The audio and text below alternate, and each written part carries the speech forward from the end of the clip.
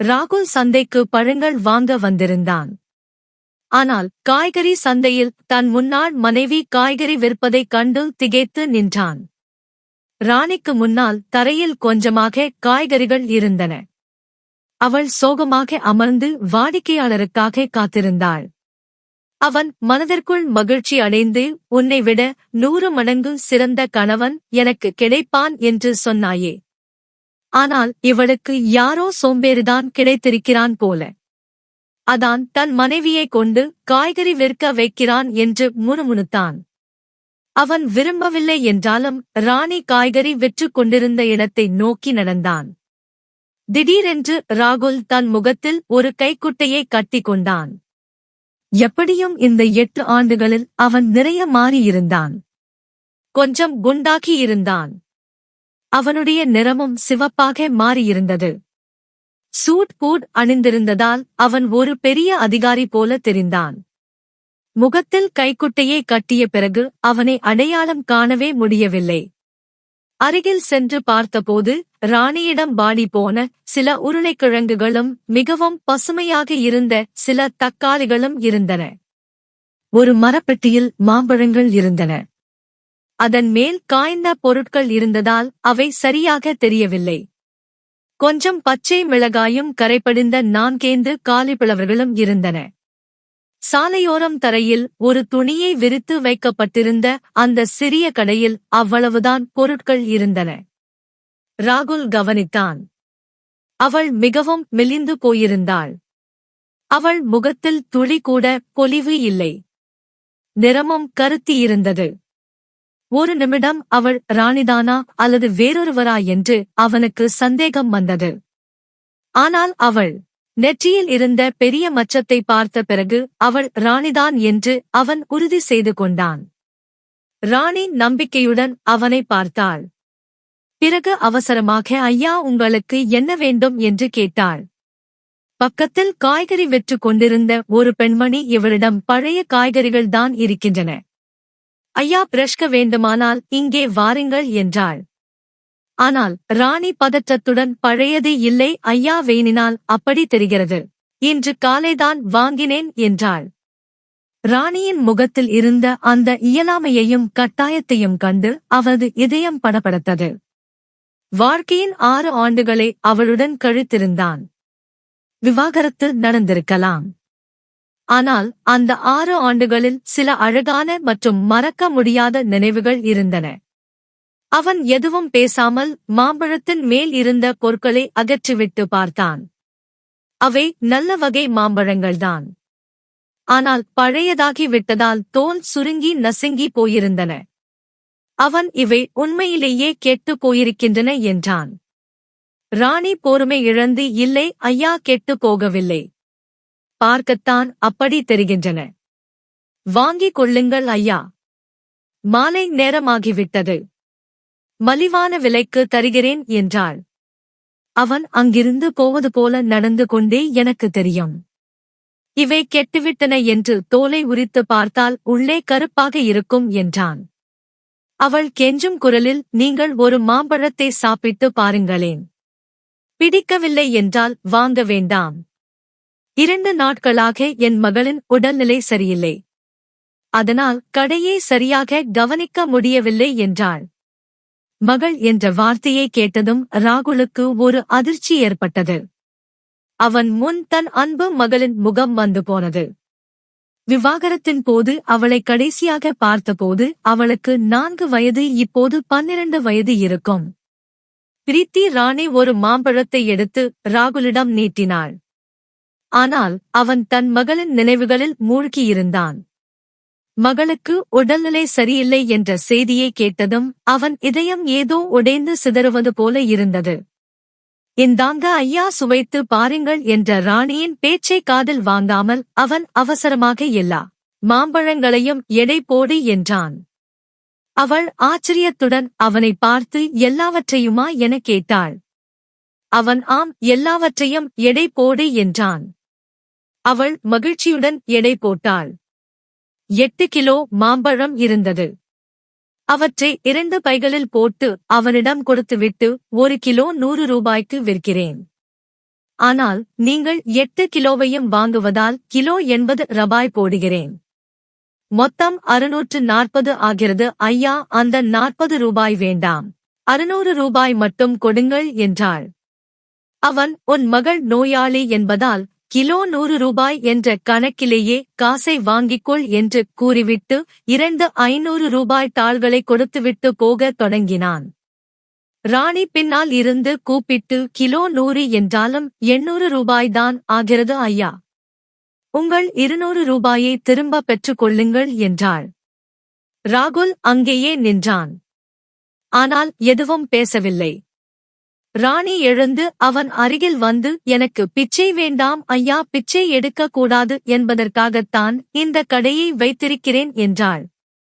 அவன், உன் கணவன் ஒன்றும் செய்வதில்லையா எனக் கேட்டான்.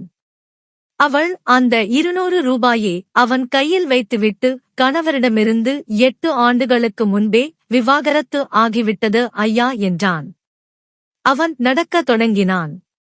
பிறகு நடந்து கொண்டே, உன்னைப் போன்ற சுயமரியாதை உள்ள பெண்ணுக்கு உன் கணவன் நிச்சயம் ஏதோ துரோகம் செய்திருப்பான்.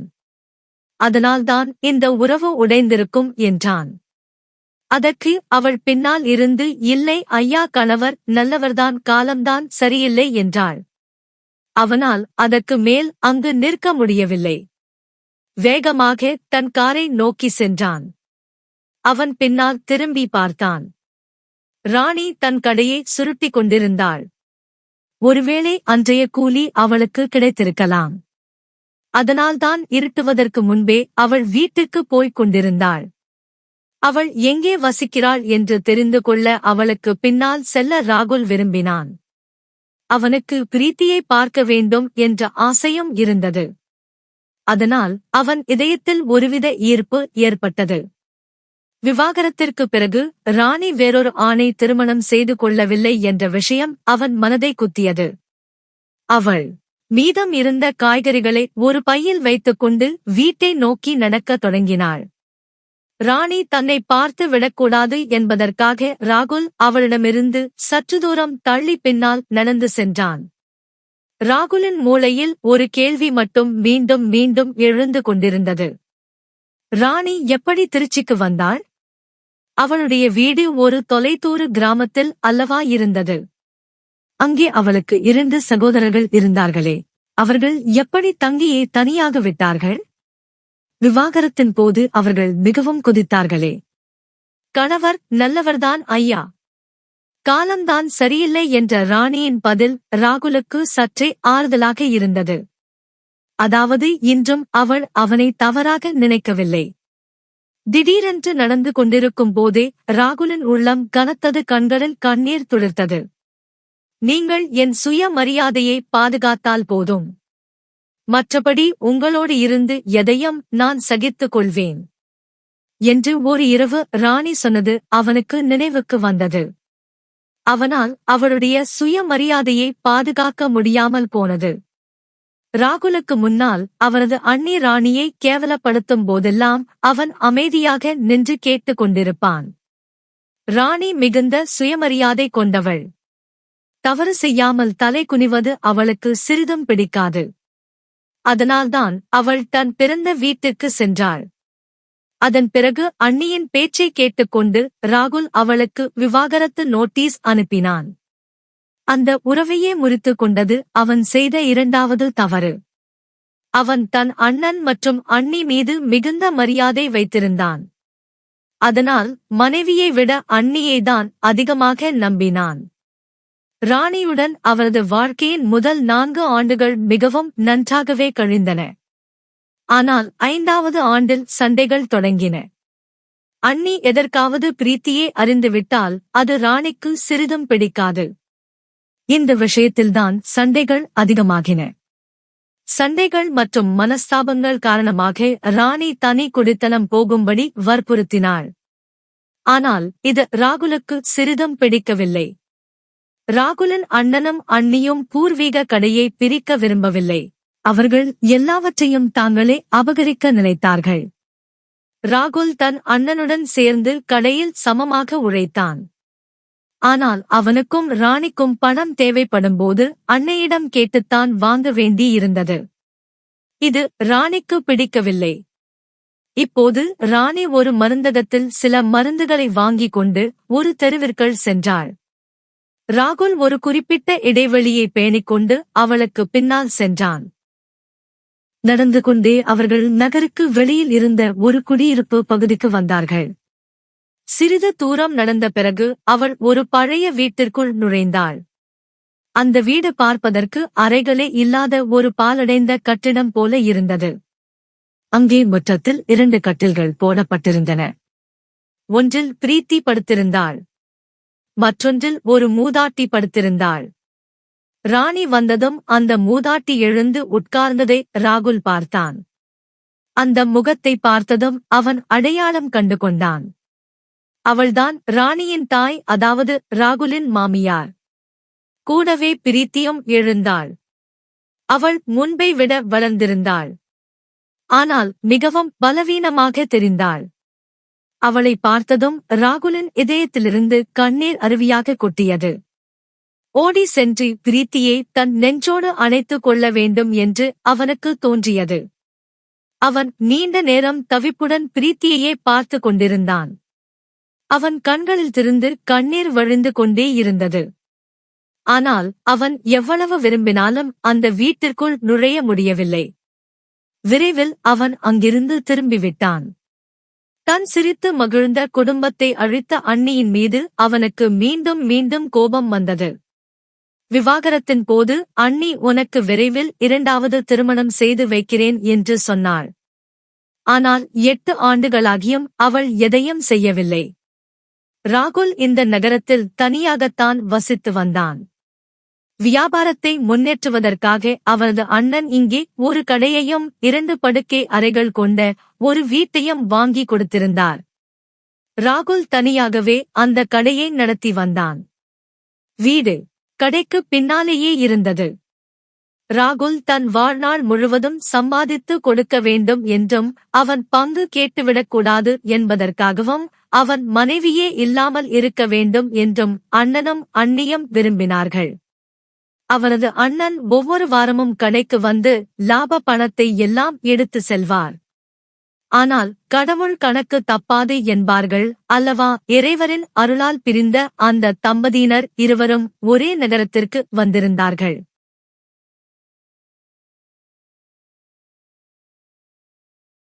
இதுவரை இருவரும் 2வது திருமணம் செய்து கொள்ளவில்லை. இனி எதுவும் நடக்கலாம். இப்போது ராகுல் தினமும் மாலை நேரத்தில் ராணியின் கடைக்கு செல்லத் தொடங்கினான். முகத்தை கைக்குட்டையால் மறைத்துக் கொண்டு அங்கிருந்து நிறைய காய்கறிகளையும் பழங்களையும் வாங்கினான். ராணி பிரீத்தியை நன்றாக வளர்க்க வேண்டும் என்பதற்காக அவன் இதையெல்லாம் செய்தான். அவன் நாள் முழுவதும் யோசித்துக் கொண்டே இருப்பான். ஆனால் முகத்தை மறைக்காமல் ராணியின் முன்னால் செல்ல அவனுக்கு துணிச்சல் வரவில்லை. அவன் வாங்கி வரும் காய்கறிகளில் தனக்கு தேவையானதை மட்டும் வைத்துக் கொண்டு மீதமுள்ள காய்கறிகளை தெருவில் உள்ள விலங்குகளுக்கு உணவாக கொடுத்து விடுவான். சில நாட்களுக்குப் பிறகு ராகுலின் அண்ணன் கணக்கு பார்ப்பதற்காக கடைக்கு வந்தபோது சேமிப்பு பணம் எல்லாம் எங்கே என்று கேட்டார். ராகுல் எல்லாம் செலவாகிவிட்டது அண்ணா என்றான். அண்ணன் கோபத்துடன் இவ்வளவு பெரிய தொகையை எங்கே செலவு செய்தாய் என்று கேட்டார். ராகுல் தைரியத்தை வரவழைத்துக் கொண்டு வேலை இருந்தது, செலவு செய்துவிட்டேன் என்றான். அண்ணன் எரிச்சலுடன், இதுவரை நீ ஒரு பைசா கூட வீணாக செலவு செய்ததில்லையே, இப்போது உனக்கு என்ன கெட்ட பழக்கம் வந்துவிட்டது என்றார். ராகுல், ஏன் கோபப்படுகிறீர்கள் அண்ணா? சம்பாதித்தது நான்தானே, அதனால் செலவு செய்தேன். எனக்கும் தேவைகள் இருக்கின்றன என்றான். அண்ணன் ஆத்திரத்துடன், என்னிடம் எதிர்த்து பேச உனக்கு வெட்கமாக இல்லையா என்றார். ராகுல் அமைதியாக, நான் எதிர்த்து பேசவில்லை. ஒரு உண்மையை சொல்கிறேன். நான் சம்பாதித்தால் என்னால் செலவும் செய்ய முடியும். இந்த வீடும் கடையும் என் பெயரில் தானே வாங்கியிருக்கிறீர்கள். அதனால் இதை என்னிடமே கொடுத்து விடுங்கள். உங்களிடம் பூர்வீக வீடும் பெரிய கடையும் இருக்கிறது. அதன் மதிப்பு இதைவிட மிக அதிகம். நீங்கள் பூர்வீக சொத்துக்களை வைத்துக் கொள்ளுங்கள். இந்த சிறிய வீடும் கடையும் எனக்கு போதும். இனி நான் தனியாக வாழ விரும்புகிறேன் என்றான். அண்ணன், நீ என்ன பேசுகிறாய்? உன்னை எப்படி தனியாக விட முடியும்? இன்னும் உனக்கு திருமணம் செய்து வைக்க வேண்டும். உன் வாழ்க்கையை மீண்டும் அமைக்க வேண்டும் என்றார்.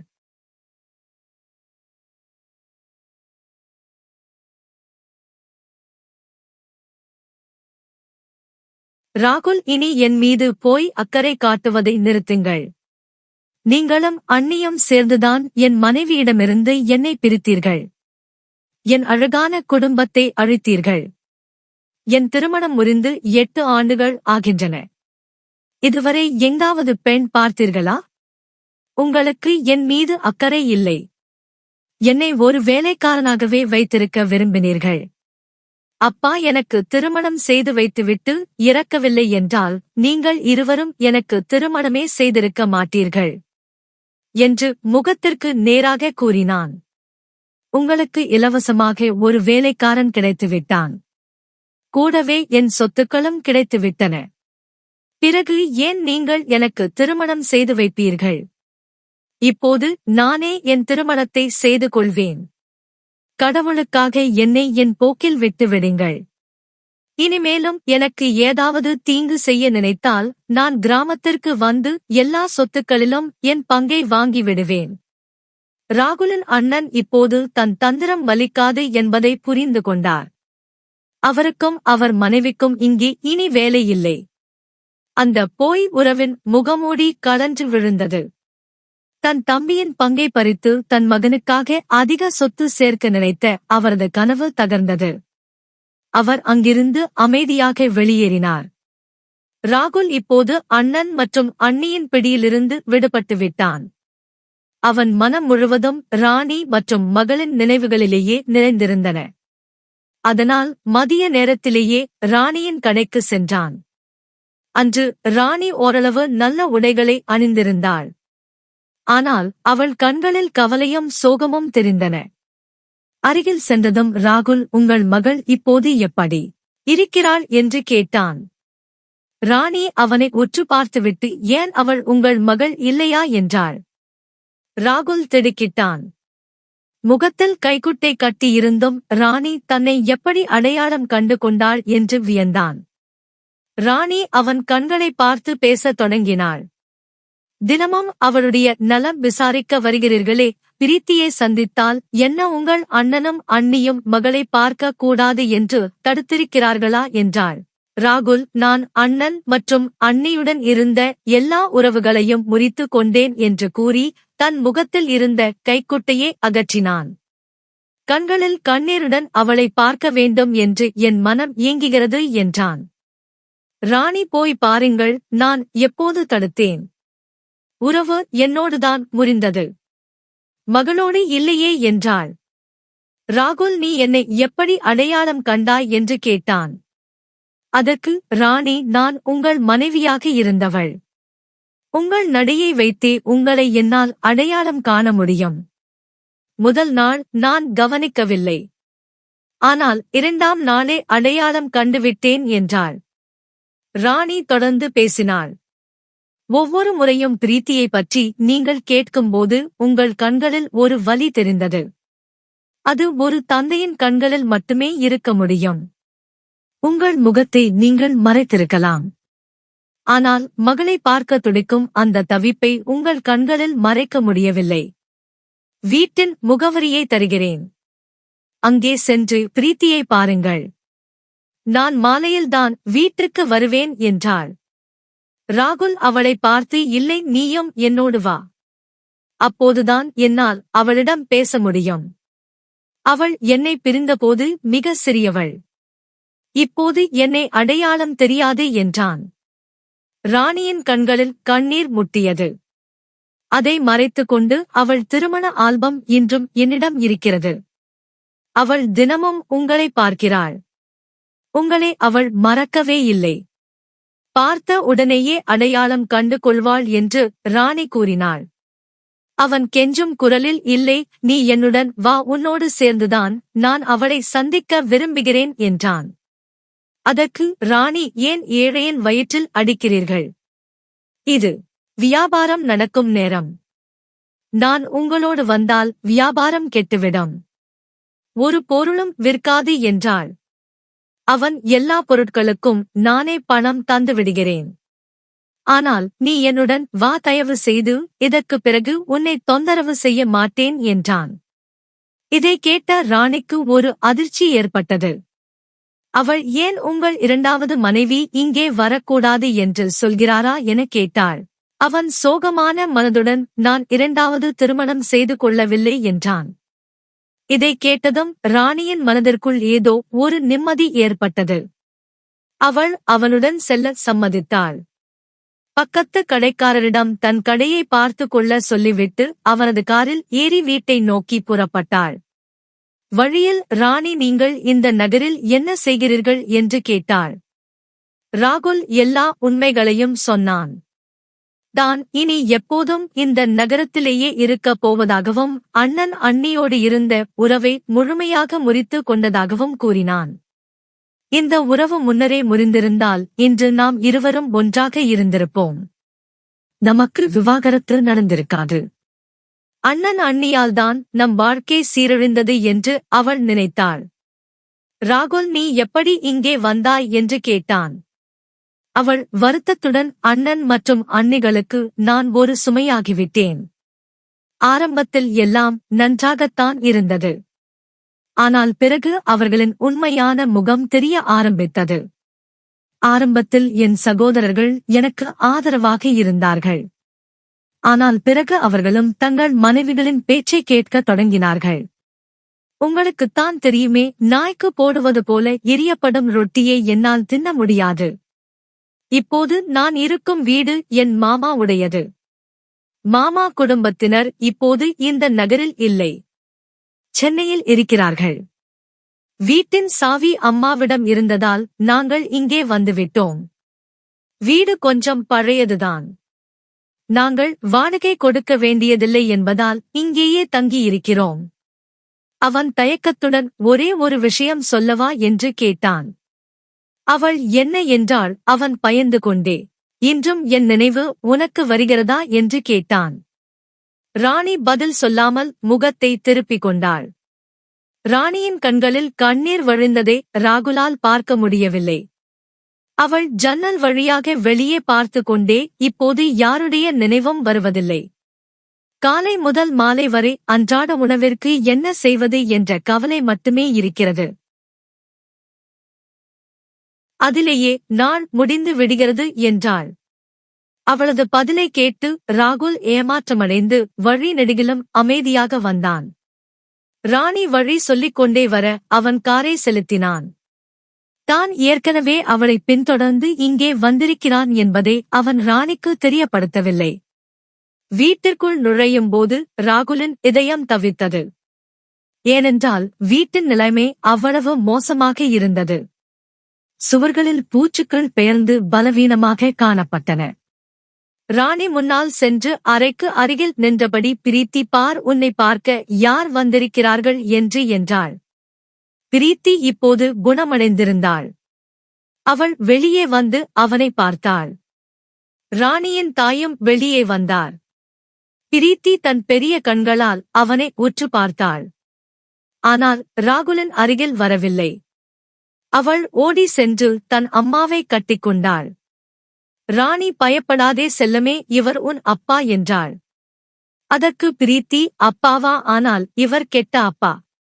இவர் உங்களை நிறைய அலை வைத்திருக்கிறார் என்றாள். பிரீத்தி இப்போது வளர்த்துவிட்டதால் அவளுக்கு எல்லாம் புரிந்தது.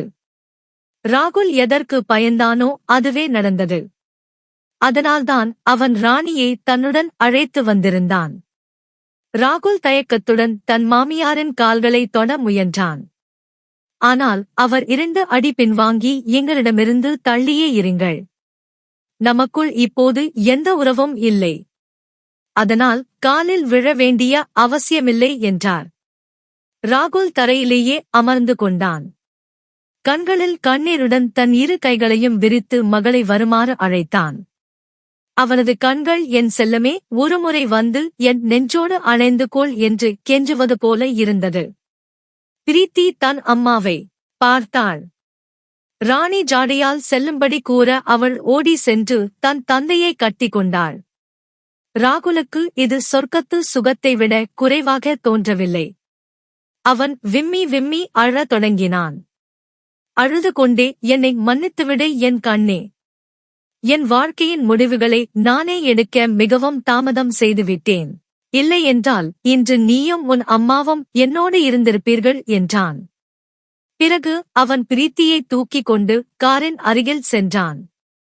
காரின் டிக்கியை திறந்து பார், உனக்காக நான் என்ன கொண்டு வந்திருக்கிறேன் என்றான். ஒரு பெரிய பையில் நிறைய பொருள்கள் இருந்தன. அந்த பை நிறைய சாக்லேட்டுகள், பிஸ்கட்டுகள், பொம்மைகள் மற்றும் துணிகள் இருந்தன. அவன் ஒவ்வொரு பொருளாக எடுத்து பிரீத்தியிடம் கொடுக்கத் தொடங்கினான். ராணி அதை உற்று பார்த்து கொண்டிருந்தாள். அந்த பையில் இருந்து தனக்காகவும் ஏதாவது வெளிவரும் என்று அவள் இதயம் படபடத்தது. ஆனால் பை முழுவதும் காலியாகிவிட்டது. ராணிக்காக அதில் எதுவுமே இல்லை. அவன் தன் மகளுக்காக மட்டுமே இங்கே வந்திருக்கிறான் என்பதை ராணி புரிந்து கொண்டாள். இவ்வளவு பொருட்களை பார்த்ததும் பிரீத்தி மிகுந்த மகிழ்ச்சி அடைந்தாள். ராணி, இப்போது கிளம்பலாம். நான் கடைக்கு போக வேண்டும் என்றாள். ராகுல் பிரீத்தியின் தலையை மருடி, நான் மீண்டும் வருவேன் செல்லமே என்றான். ராணி அமைதியாக அவரது அருகில் காரில் அமர்ந்து கொண்டாள். இருவரும் மௌனமாக இருந்தனர். மகளுக்காக இவ்வளவு வாங்கி வந்தாரே, என் மனதிற்காகவும் ஏதாவது ஒன்றை கொடுத்திருக்க கூடாதா? விவாகரத்து ஆகிவிட்டால் எல்லாம் முடிந்துவிடுமா என்ன என்று ராணி நினைத்துக் கொண்டிருந்தாள். அவன் வண்டியை ஓட்டிக்கொண்டே, ஒன்று கேட்கவா என்றான். அவள் என்ன என்றாள். உனக்காக ஏதாவது கொண்டு வந்திருந்தால் நீ அதை வாங்கி இருப்பாயா என்று அவன் கேட்டான். ராணி அவனை ஓர கண்ணால் பார்த்துவிட்டு கொண்டு வந்திருந்தால் பார்த்திருக்கலாம். இப்போது அதை விடுங்கள் என்றாள். அவன், அவசரமாக கொண்டு வந்திருக்கிறேன். நீ வாங்கிக் கொள்வேன் என்று சத்தியம் செய், மறுக்கக்கூடாது என்றான். ராணியின் இதயம் வேகமாக துடிக்க ஆரம்பித்தது. கொடுப்பதற்கு இவ்வளவு தயங்கும் அளவுக்கு அப்படி என்ன பொருளைக் கொண்டு வந்திருப்பார் என்று அவள் யோசித்தாள். அவள் தன் பதற்றத்தை மறைத்துக் கொண்டு, சரி, கொடுங்கள். இவ்வளவு ஆசையாக கொண்டு வந்த பிறகு எப்படி மறுக்க முடியும்? ஆனால் மறுமுறை ஏதாவது கொண்டு வந்தால் வாங்க மாட்டேன் என்றாள்.